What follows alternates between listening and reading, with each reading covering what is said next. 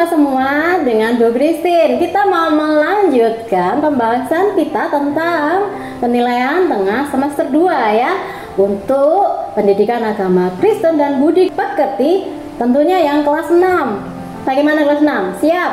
Kalian itu mau ujian untuk kamu memasuki SMP yang berikutnya ya. Nah, siapkan diri kalian lewat pembelajaran ini juga ya. Untuk tema yang ke-8 juga 9 ini kita mau tentang memuliakan Tuhan dan juga belajar sambil bermain di situ ya. Nah, Bu Christine mau kasih kamu sebuah aktivitas ya. Di sini sambil Bu Christine berikan ilustrasi supaya kamu bisa bermain dan belajar di situ ya, untuk kemuliaan Tuhan juga. Di sini Bu Christine punya kertas dengan ukuran yang seperti ini ya. Tentunya ini ukuran persegi panjang A4, kamu pasti punya di rumah ya. Ilustrasinya demikian. Kalau di sini ada seorang kaya yang ingin memakai kekayaannya untuk mencari Tuhan, untuk mencari kebahagiaan hidup. Dia sampai beli sebuah kapal mewah. Nah, di situ dia tidak temukan kebahagiaan juga ternyata. Dia akhirnya beli juga rumah yang bagus, yang harganya miliaran. Tidak ada kebahagiaan di situ. Nah, yang terakhir ini coba ya, dilipat lagi seperti ini supaya membentuk sebuah benda yang dia beli. Ya, apa yang dia beli? Oh, Bu Christine, orang kaya beli apa saja bisa dong. Iya. Nih coba lihat ya, ketika dilipat seperti ini, dia ternyata beli pesawat jet. Nah, dia bilang aku tetap nggak bisa temukan kebahagiaan. Nah, akhirnya dia mendapat peringatan dari Tuhan ya. Kamu untuk menemukan kebahagiaan jangan seperti itu, jangan mengandalkan kekayaanmu. Buang semua pikiran dunia dan kekayaan yang kamu selama ini andalkan. Nah, dia punting, dia ambil, dia buang semua pikiran dunianya. Nah, yang Tuhan masukkan dia di sini adalah untuk datang kepada Tuhan melalui percaya kepada salib Tuhan Yesus. Nah, ini ya, kamu sekarang kan hendak memperingati Paskah ya. Tentunya kamu bisa nanti memodifikasi salib tersebut dengan lebih baik lagi. Nah, kembali pada soal pertengahan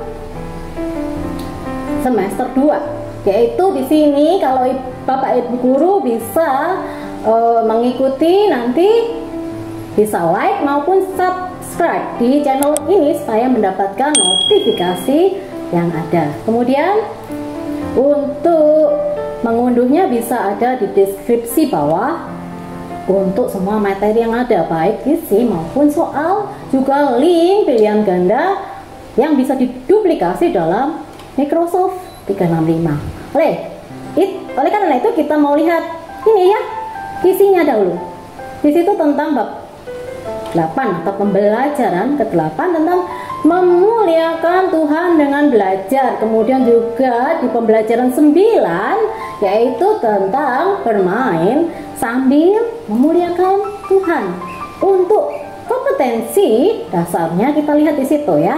1.4, mensyukuri seluruh hidup kita sebagai ibadah yang sejati kepada Tuhan. Kemudian 2.4, mewujudkan seluruh hidupnya sebagai ibadah yang sejati kepada Tuhan. Untuk 3.4-nya yaitu memahami seluruh hidupnya sebagai ibadah yang sejati kepada Tuhan. Kemudian juga 4.4 ya, yaitu seperti tadi yang kita lakukan, membuat sebuah proyek yang melibatkan seluruh hidup sebagai ibadah yang sejati kepada Tuhan. Oke, kita lihat di situ ada 50 soal ya, yang terdiri dari 30 soal pilihan ganda, kemudian 15 soal isian, dan juga yang terakhir 5 soal urean. Semuanya terbagi dalam pembelajaran bab 8 dan bab 9. Oke, kita mulai. Siapkan diri kalian buat siswa-siswa kelas 6 untuk mencoba menjawab materi dari pertanyaan ini ya. dengarkan Bu Christine bacakan satu persatu buat kalian. Satu di situ ya, akal budi yang dimiliki manusia itu adalah anugerah dari titik-titik. Kemudian yang kedua, agar mampu mengembangkan akal budi tersebut manusia harus titik-titik. Untuk yang ketiga, dengan akal budi yang bijaksana manusia akan mampu mengusahakan titik-titik. Kemudian untuk yang keempat, ada sumber hikmat bagi manusia, yaitu titik-titik. Untuk yang nomor 5, di situ disebutkan atau disajikan sebuah pernyataan tentang Salomo yang menjadi raja Israel kedua. Ada sesuatu hal yang diminta Salomo kepada Tuhan, yaitu titik-titik. Untuk pertanyaan ke-6, Raja Salomo menuliskan sebuah kitab ya. Di situ disajikan sebuah penggalan dari kitab Amsal pasal 1 ayat 7. Takut akan Tuhan adalah titik-titik. Kemudian untuk yang ketujuh adalah kelanjutan daripada penggalan kitab tadi. Kamu bisa melanjutkan, di situ ditanyakan, tetapi orang bodoh menghina titik-titik.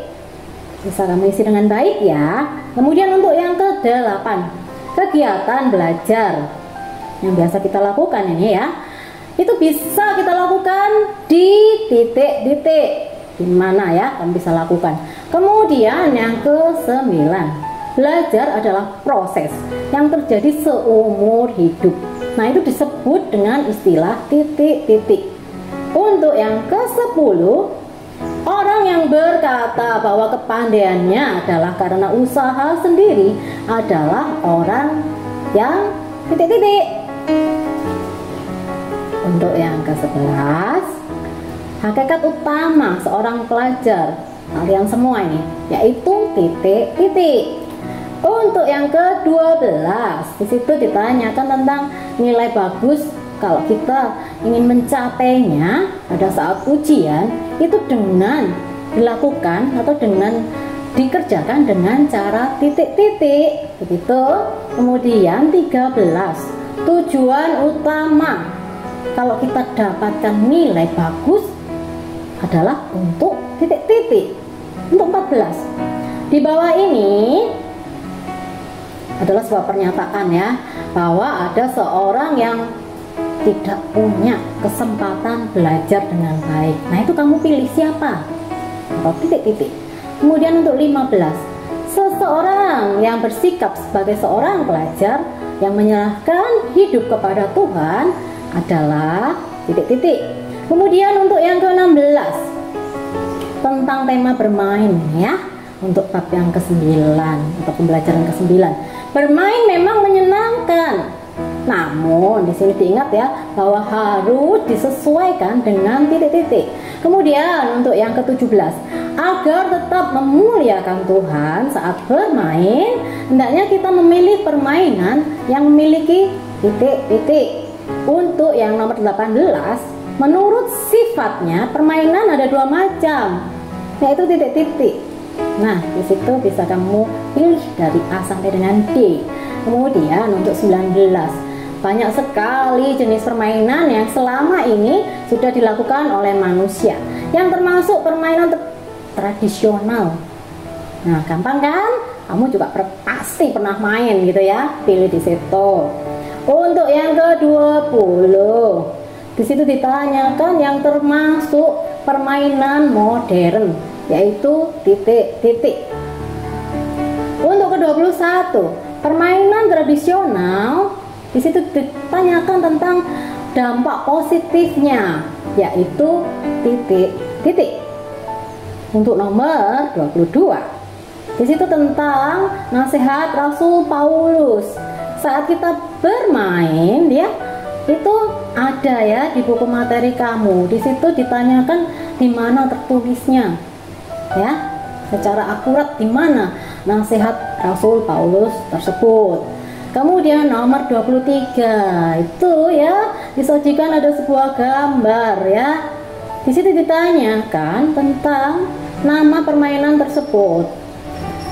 Tanyakan ya, kamu bisa lihat alat permainan yang seperti itu, bisa jawab pastinya.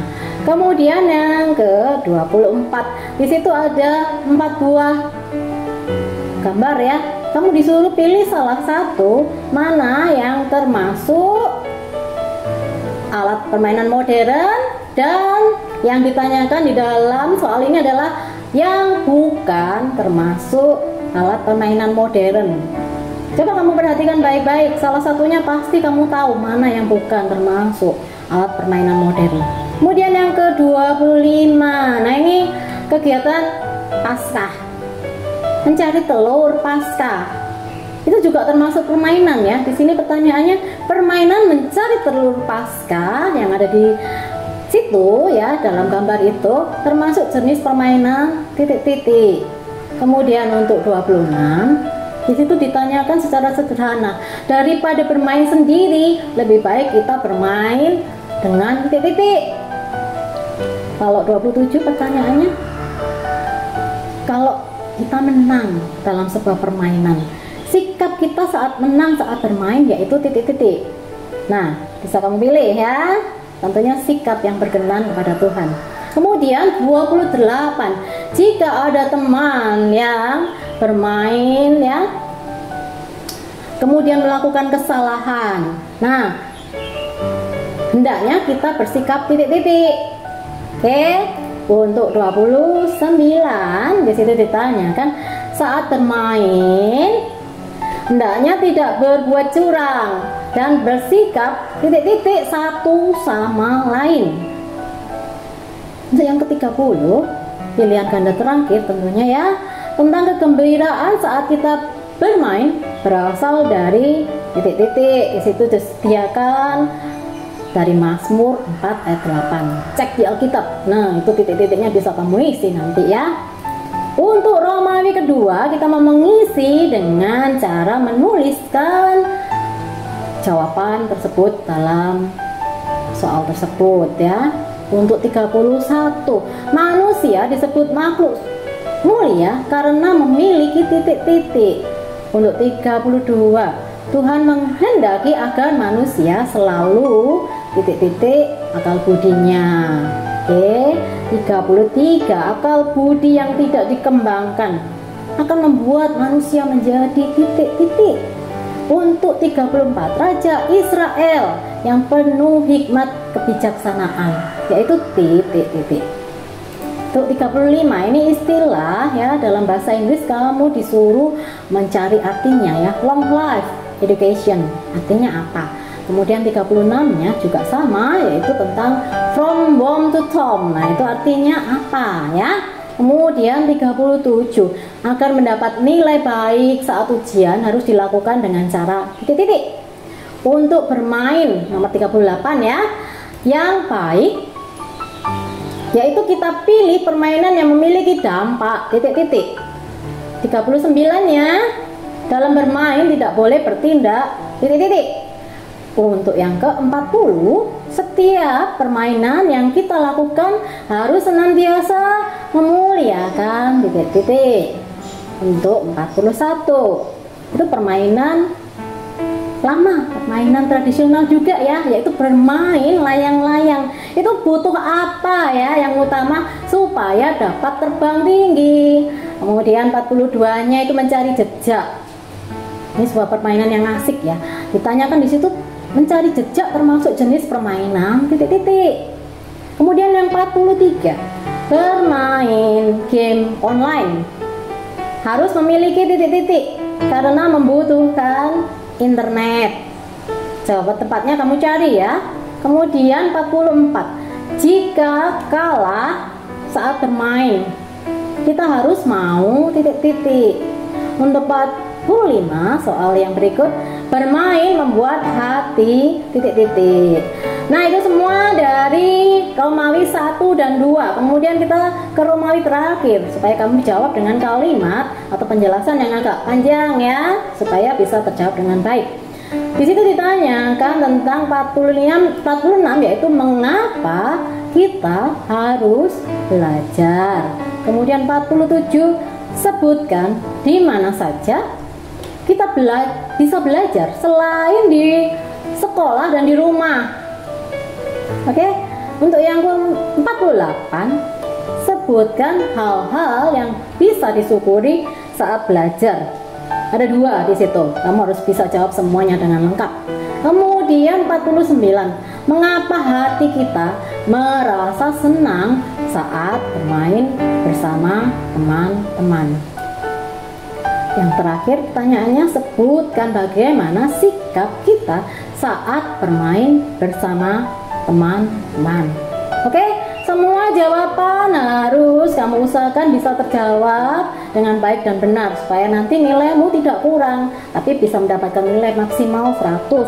Tapi yang terutama kita lakukan semua ini untuk kemuliaan Tuhan, sehingga jangan ada kata sombong ya, meskipun kamu nanti dapat nilai 100 gitu ya. Nah, kita mau berdoa untuk mengakhiri semua pokok bahasan yang telah kita sebutkan, mulai dari kelas 1, mulai kelas 2, kemudian kelas 3, kelas 4, kelas 5, dan sekarang yang terakhir kelas 6. Kita mau berdoa sama-sama. Mari kita berdoa. Tuhan Yesus, kami bersyukur jika kami sudah melewati dari masa belajar yang kami lakukan di semester 2 sampai kemudian kami menguji kemampuan kami di pertengahan semester ini. Kiranya Kau berkati kami supaya kami bisa lanjutkan kembali pembelajaran kami untuk soal-soal berikutnya. Kiranya nama-Mu saja yang kami permuliakan dalam setiap kehidupan kami. Haleluya, amin. Nah anak-anak, sampai bertemu kembali ya. Belajar dengan semangat, dan kiranya kalian semua tetap selalu memuliakan Tuhan dalam kehidupan kalian. Bye-bye, sampai jumpa lagi.